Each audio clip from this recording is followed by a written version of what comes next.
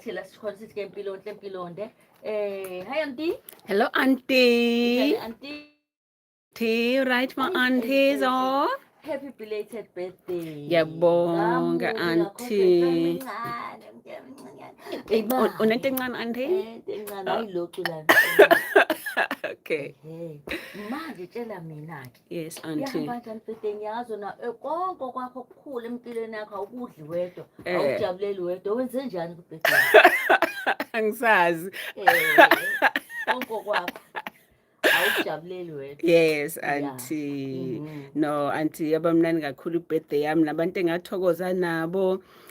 Isikole nje sale Richmond engathokoza naso all day ingane senza birthday party esikole sonke nezingane. That was beautiful.